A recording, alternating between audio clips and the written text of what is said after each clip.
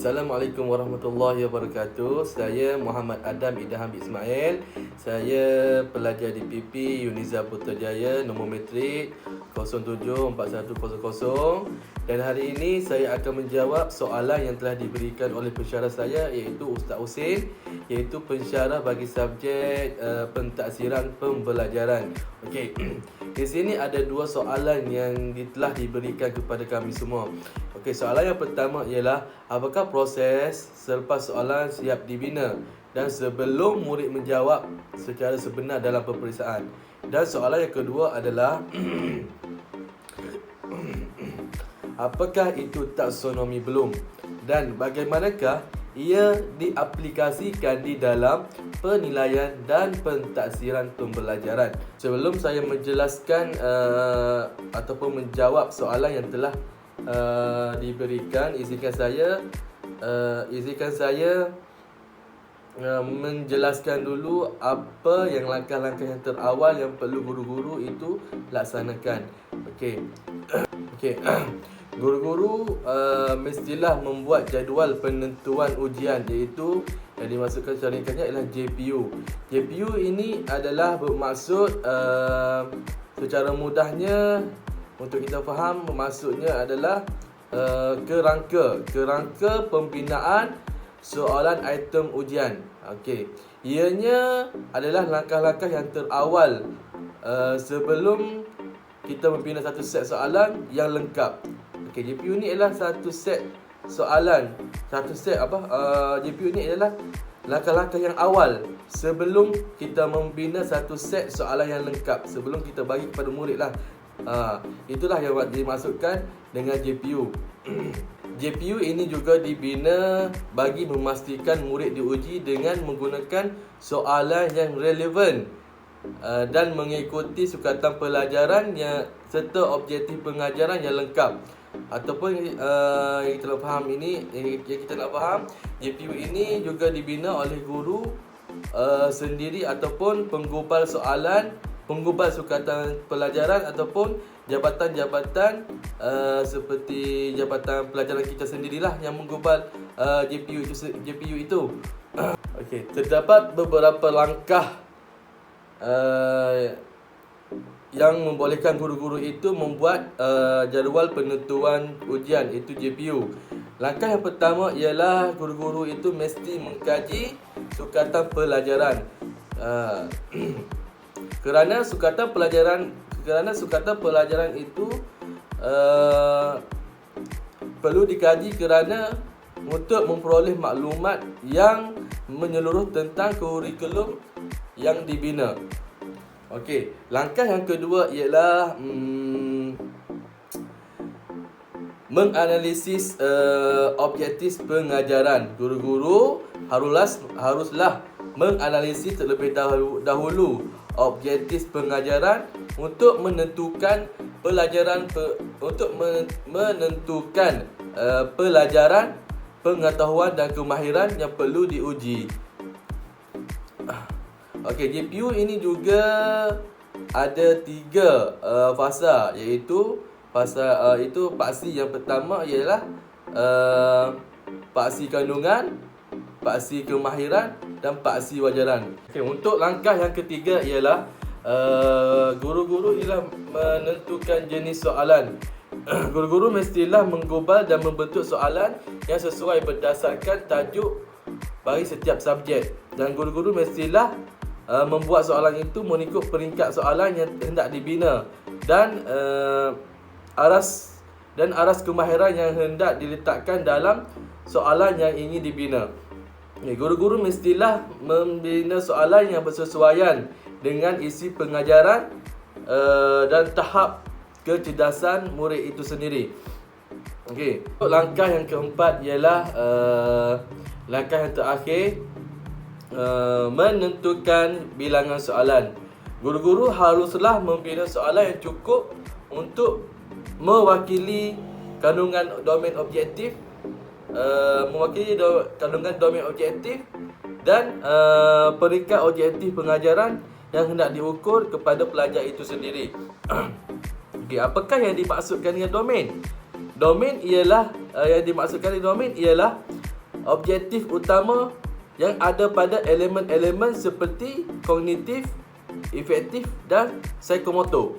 Okey, kita berbalik pula kepada soalan yang telah diberikan, iaitu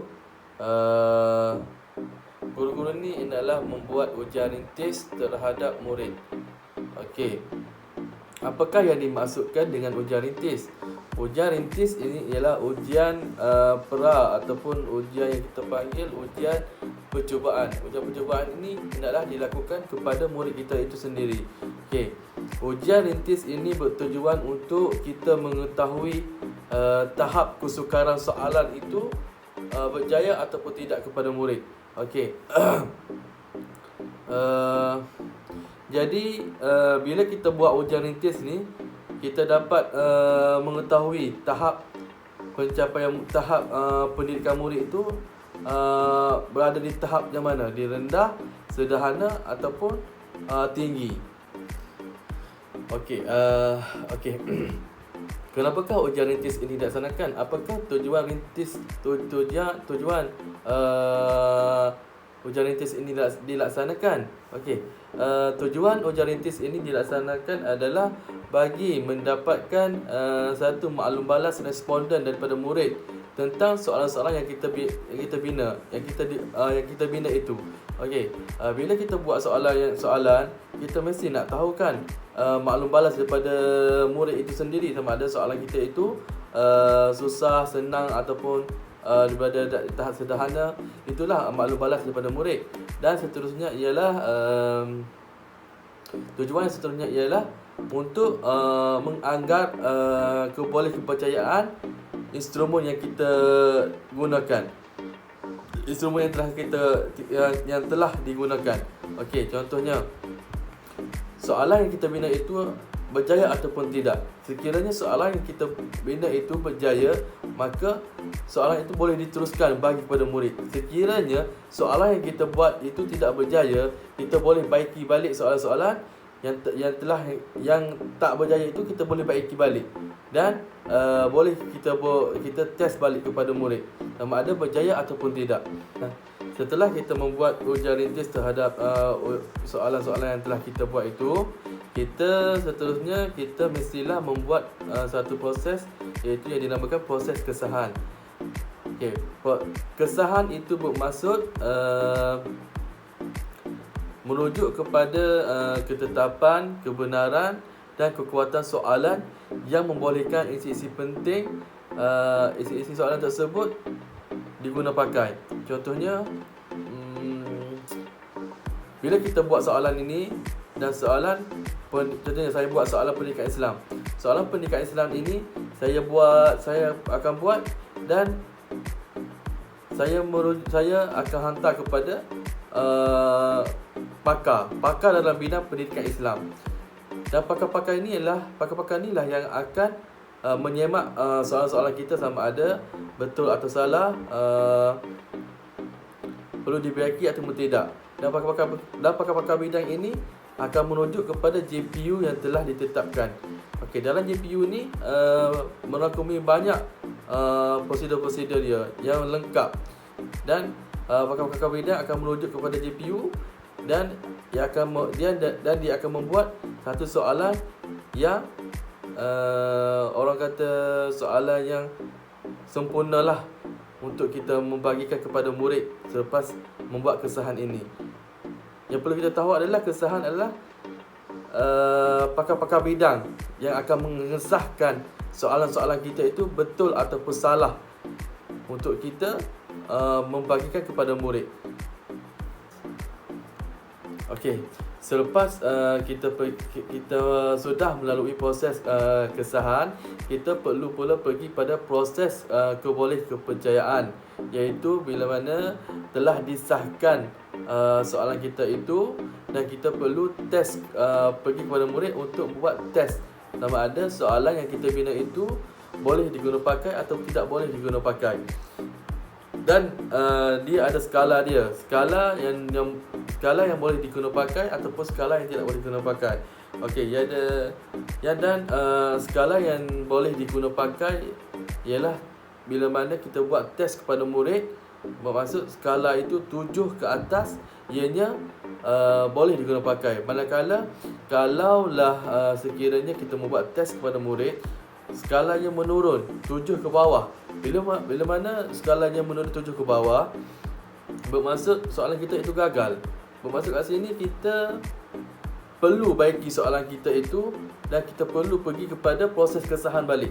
Okey, di mana bila masuk pula kepada proses kesahan, dan di situlah kita akan boleh baiki soalan-soalan kita itu. Dan selepas kita baiki dan melalui proses kesahan, kita pula pergi test pula kepada murid sama ada soalan yang kita bina itu berjaya ataupun tidak. Sekiranya berjaya, skalanya adalah 7 ke atas. Dan sekiranya soalan yang kita buat itu membuat test pada murid itu skalanya 7 ke bawah, manakala soalan itu perlu dibaiki. Okey, untuk soalan yang pertama tadi saya sudah menjawab, dan kita pergi pula kepada soalan yang seterusnya, iaitu soalan yang kedua.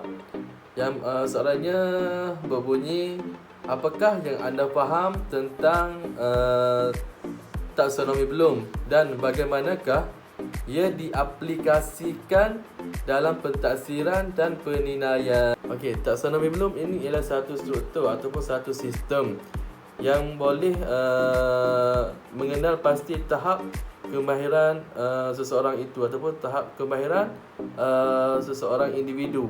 Okey, bila kita menggunakan taksonomi belum ni, kita boleh mengenal pasti tahap kemahiran seseorang itu. Dan bila kita menggunakan sistem hierarki, iaitu yang berbentuk piramid yang bermula daripada tahap rendah kepada tahap yang tinggi. Taksonomi belum ni ialah yang kita boleh terjemahkan ia bermula daripada tahap yang rendah dan ia akan pergi kepada tahap yang tinggi. Itu adalah struktur hierarki yang taksonomi belum ciptakan untuk di dalam pembelajaran murid-murid. Okey, seterusnya ialah taksonomi belum ni mempunyai 3 domain. Dan domain yang pertama ialah domain kognitif, yang kedua ialah efektif, dan domain ketiga ialah psikomotor. Dan ketiga-tiga domain ini berfungsi untuk merangsang ataupun mengembangkan tahap pemikiran murid-murid. Dengan kita menggunakan ketiga-tiga domain ini, dapatlah kita melahirkan murid yang berfikir secara meluas, iaitu secara kreatif ataupun cara kreatif yang kita panggil murid-murid ini dapat berfikir dengan jauh dan dapat berfikir dengan fikir dengan arah tinggi lah bila kita menggunakan ketiga-tiga domain ini. Taksonomi belum ni ialah mengandungi beberapa tahap, iaitu tahap 1 dan tahap 2. Bila mana murid itu berfikir di arah yang rendah, murid itu boleh dijelaskan murid itu berada di tahap yang 1, iaitu tahap yang berfikir di arah yang rendah, iaitu dipanggil kebar. Dan manakala murid-murid itu berfikir di arah yang tinggi, iaitu kebat, kita boleh terjemahkan dia berada di tahap yang 2, iaitu kemahiran berfikir di arah yang tinggi.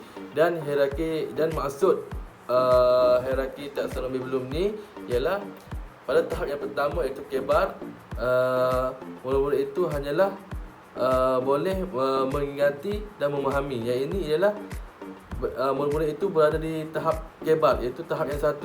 Dan manakala bila mana murid itu berada di tahap yang 2, iaitu kemahiran berfikir arah tinggi, murid-murid ini boleh mengaplikasi, menganalisis, menilai dan mencipta.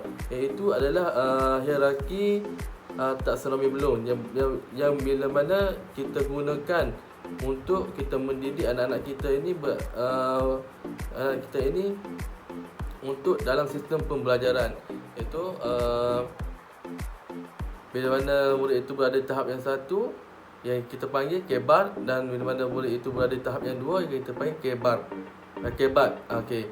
Kebat ialah kemahiran berfikir arah yang rendah, dan kebat manakala kemahiran berfikir aras yang tinggi.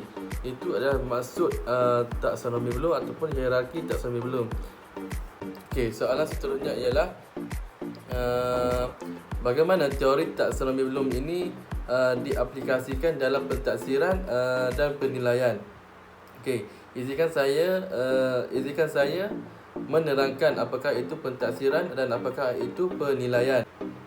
Okey, apakah yang dimaksudkan dengan penilaian? Penilaian ini adalah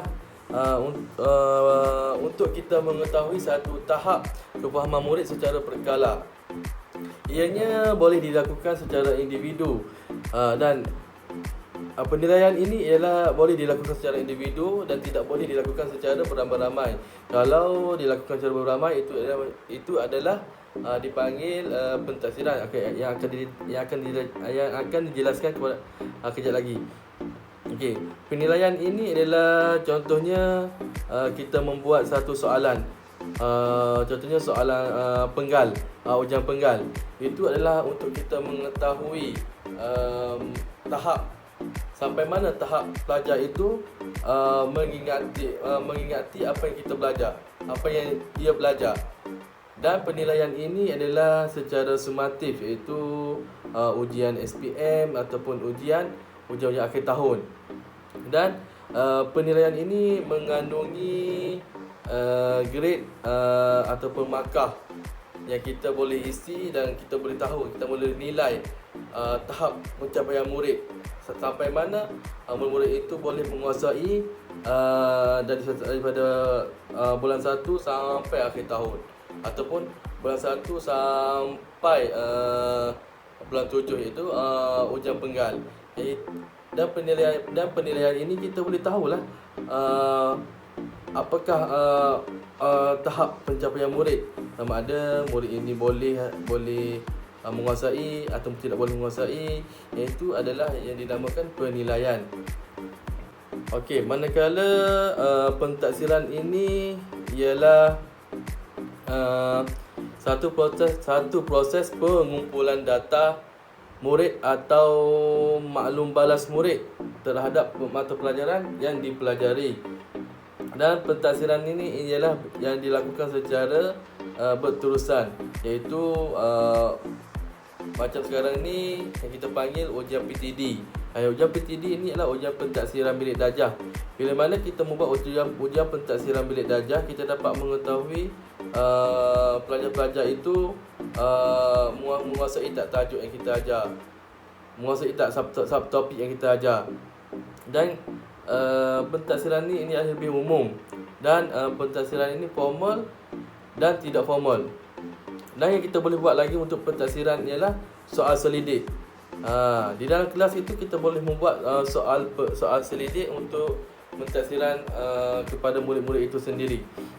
Dan secara pemerhatian lah, guru-guru ini boleh melihat dengan pemerhatian guru-guru sama ada